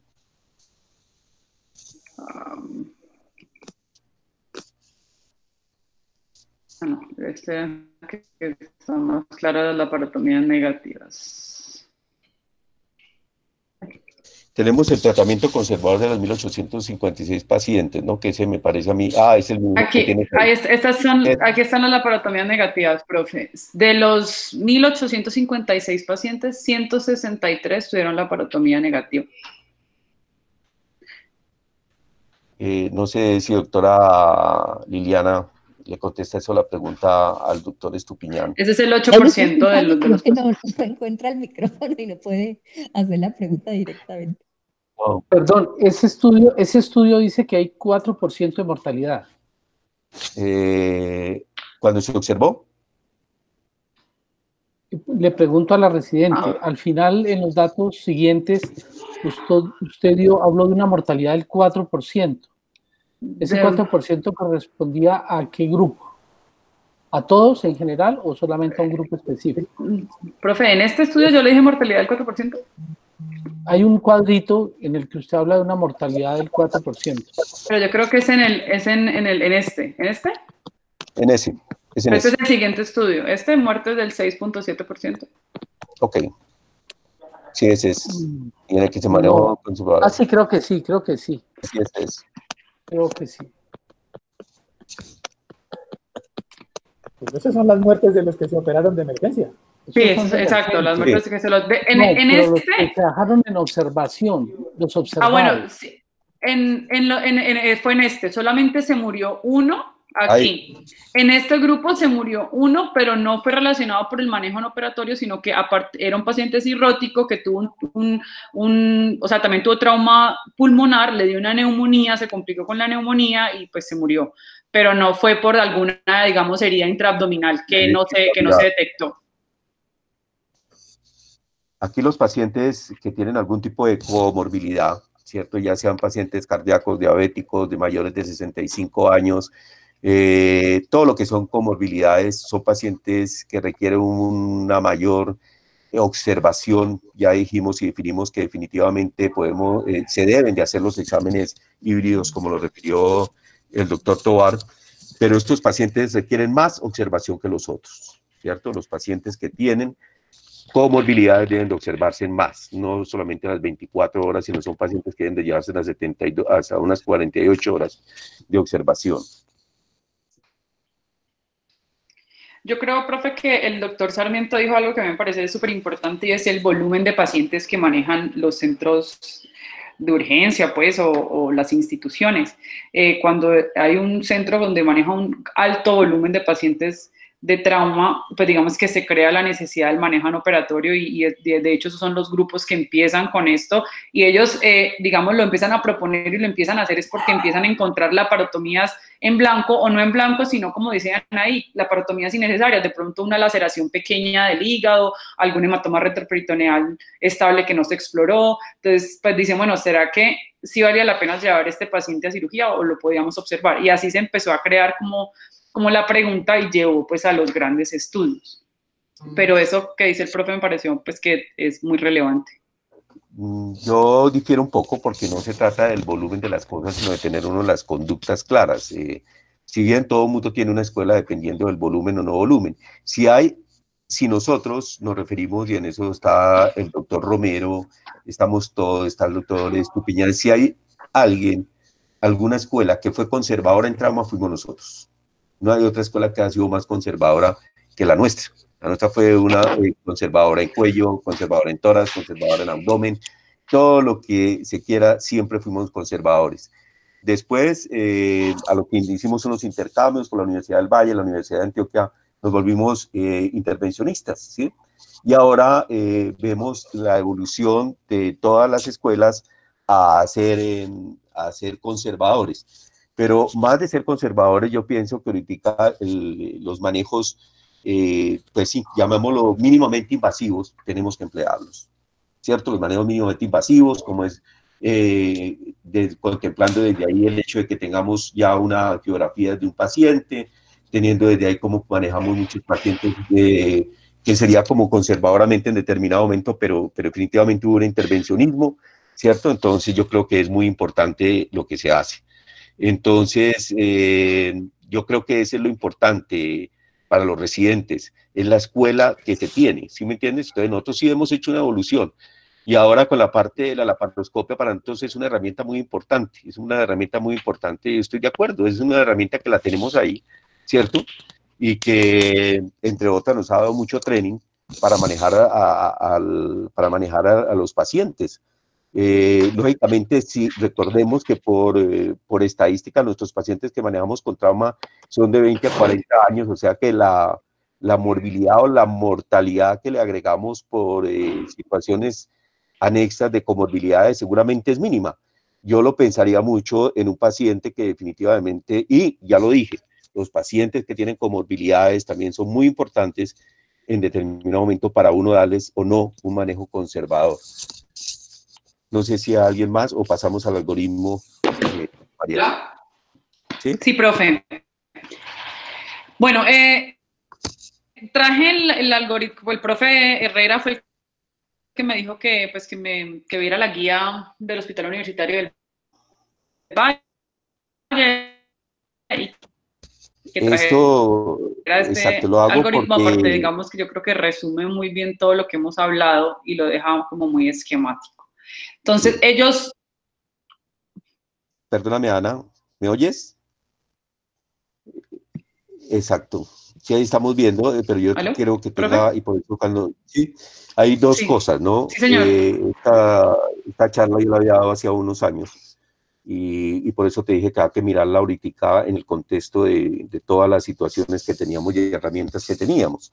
Entonces, quiero que tengas en cuenta todo, cuando expreses el algoritmo, todas lo que se anotó acá y la información que se tomó desde el punto de vista de la experticia que tienen todos los cirujanos que nos han acompañado. Siga, Ana, por favor. En esta guía ellos, trauma abdominal penetrante, o sea, no toman dos grupos, si es por arma cortopunzante o arma de fuego, los manejan igual según...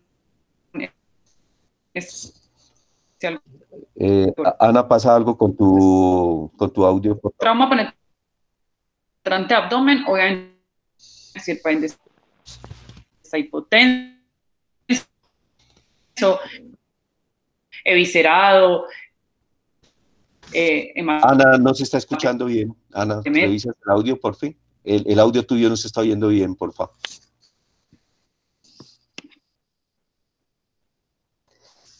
Yo creo que Alexei tiene que darnos tu situación, tus anexos que...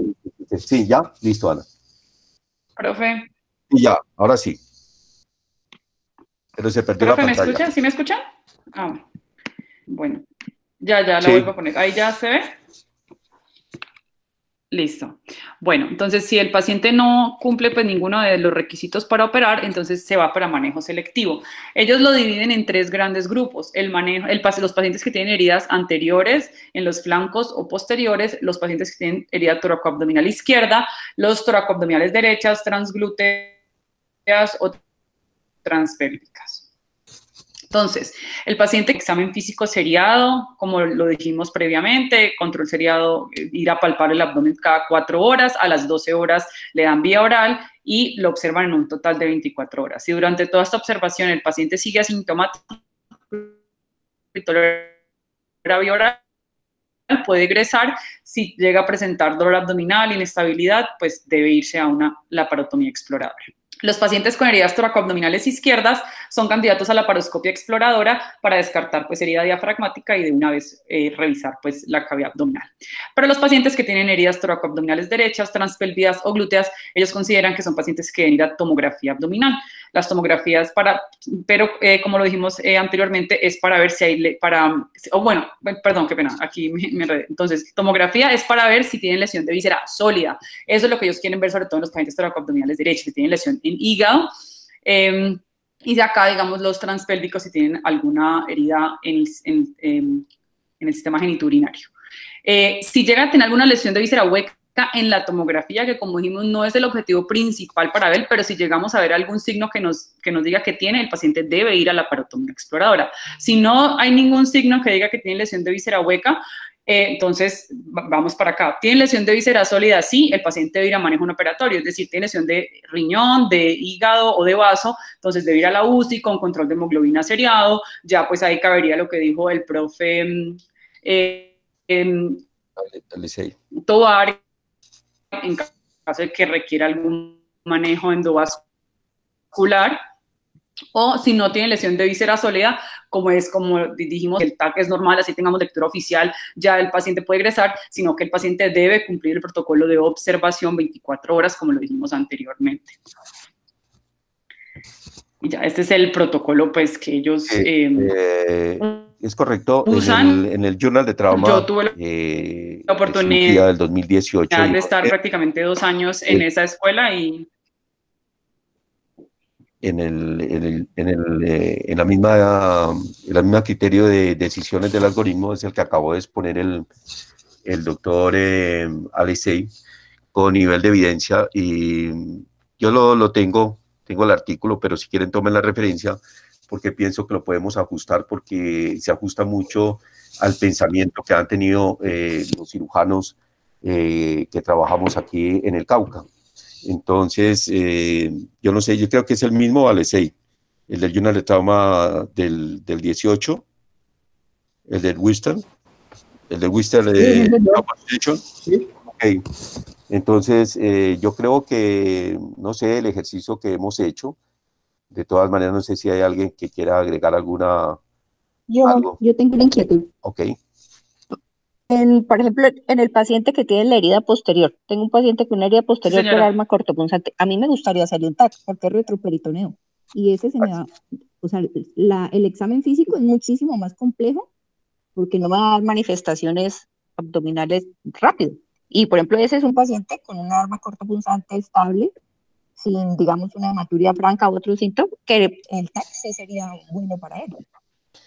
Ese cae dentro del examen físico, en el examen físico sí, equívoco, profe, pues ¿cierto? Y ese examen equívoco es donde tiene que uno hacer.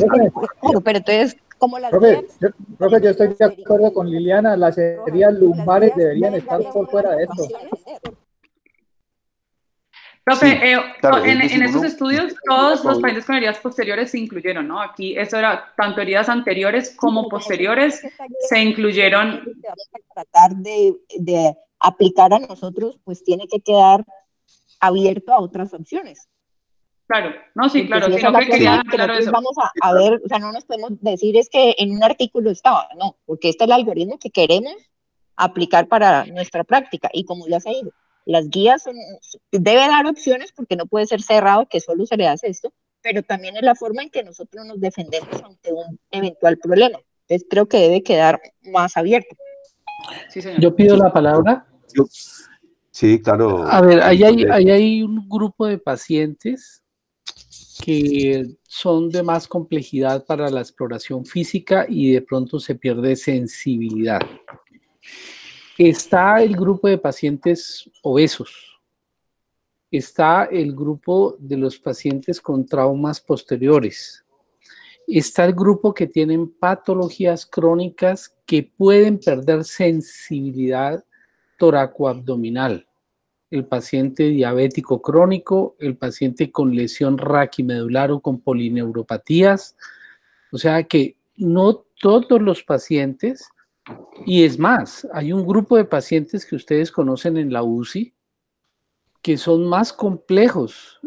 A veces pasamos muy directamente en primeras instancias pacientes desde urgencias a quirófano, de urgencias a UCI, por otras causas, por otras razones, trauma craneoencefálico, trauma osteomuscular, y dejamos una ventana de observación para el paciente crítico, y el paciente crítico o está delirante o está intubado, y ese paciente, la conducta de la exploración física se hace mucho más compleja.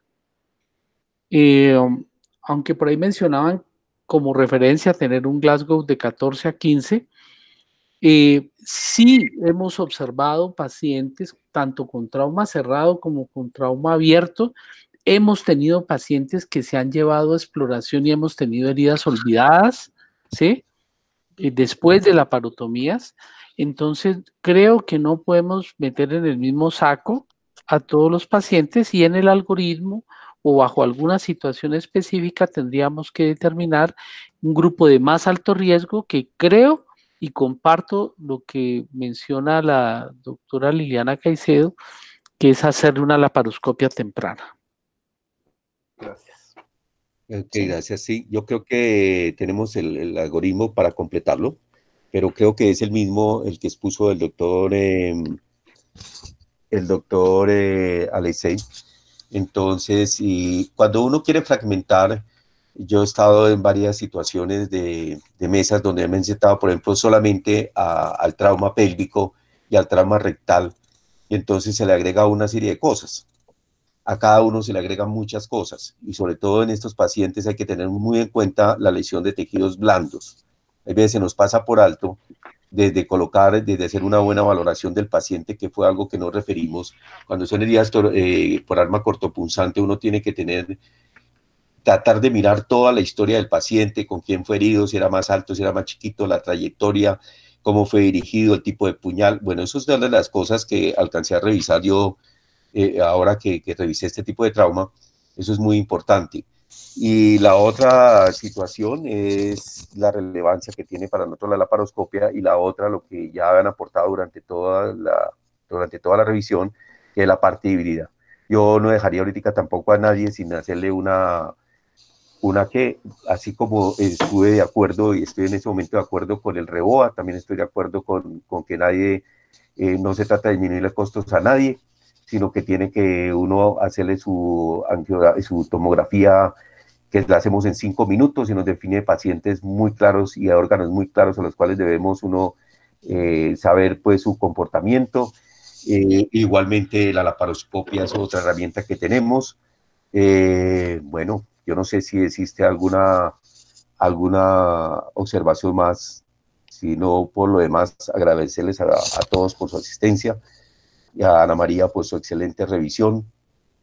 Creo que con lo que le dije yo a ella esta mañana, tengo una revisión de esta ya viejita, pero creo que nos sirvió de base para discutir muchas cosas. Doctor, ¿le puedo pedir un favor? Sí. Para los que están presentes, mañana tenemos la charla con el doctor Hanier de shock séptico. Hemos hecho un esfuerzo y se han invitado varios panelistas nacionales, infectólogos, cirujanos de tórax. Tenemos a la mano también varios intensivistas y anestesiólogos que consideramos que son parte del equipo de reanimación del shock séptico del paciente quirúrgico. Entonces quedan todos cordialmente invitados y espero su participación mañana. Muchas gracias. No, todo agradecerle, doctor Federico Andrés, porque sabemos cómo son sus presentaciones. Entonces, es a las 3 de la tarde.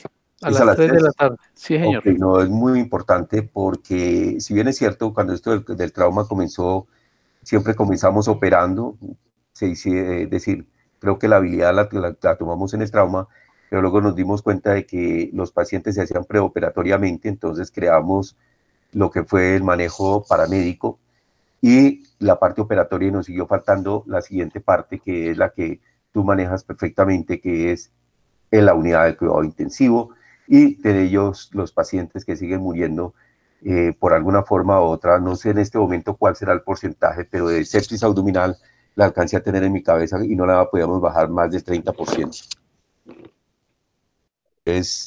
No sé, si hay muy amables, doctora Ana, por su presentación. Gracias, profe. Bueno. Muchas gracias, Ana. Muy bien, profe, gracias. Gracias a todos y que descansen. Gracias. Lo mismo.